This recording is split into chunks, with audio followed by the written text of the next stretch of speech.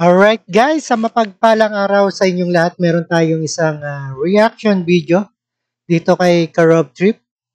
At DILG hinimok ang LGUs na magpapatupad ng total ban ng firecrackers. Ayan, sinulong ng Department of Interior and Local Government ang pagkakaroon ng isang kabuuang pagbabawal ng paggamit ng paputok sa buong Pilipinas.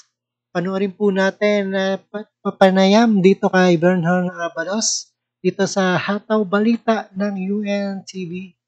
Alright. Samantala, itinutulak ng Department of the Interior and Local Government o DILG ang pagkakaroon ng isang kabuuang pagbabawal sa paggamit ng mga paputok sa buong Pilipinas. Binigyang diin ni Secretary Benjamin Ben-Hur Abalos Jr.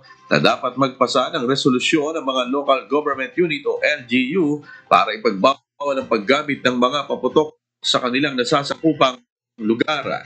Inirekomenda nito sa mga LGU na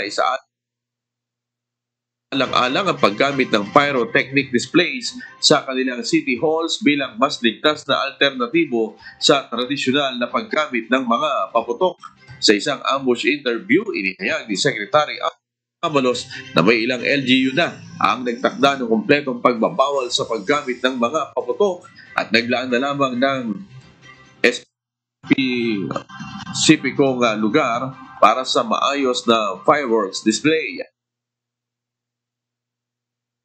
Nananawagan naman ang kalib na paparehong ordinansa ang bawat mga bayan at lungsod sa bansa at gawing huwaran ng marami sa kanila na mayroong kaparehong proyekto. Pakinggan po natin ang pahayag ni DILG Secretary Ben-Hur Abalos. Nananawagan ako na sana ang mga local government units magpasa kamukha ng ginawa ng Davao at ng Quezon City, ng Metro Manila, ng firecracker ban, no? Ibig sabihin yung mga pumuputok kasi nakita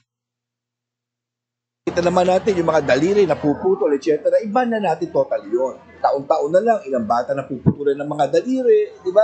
Iwasan na natin to totally.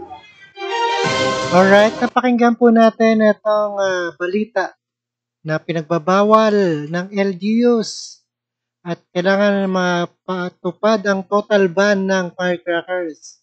And maraming salamat sa inyong lahat and peace out. See you again the next one.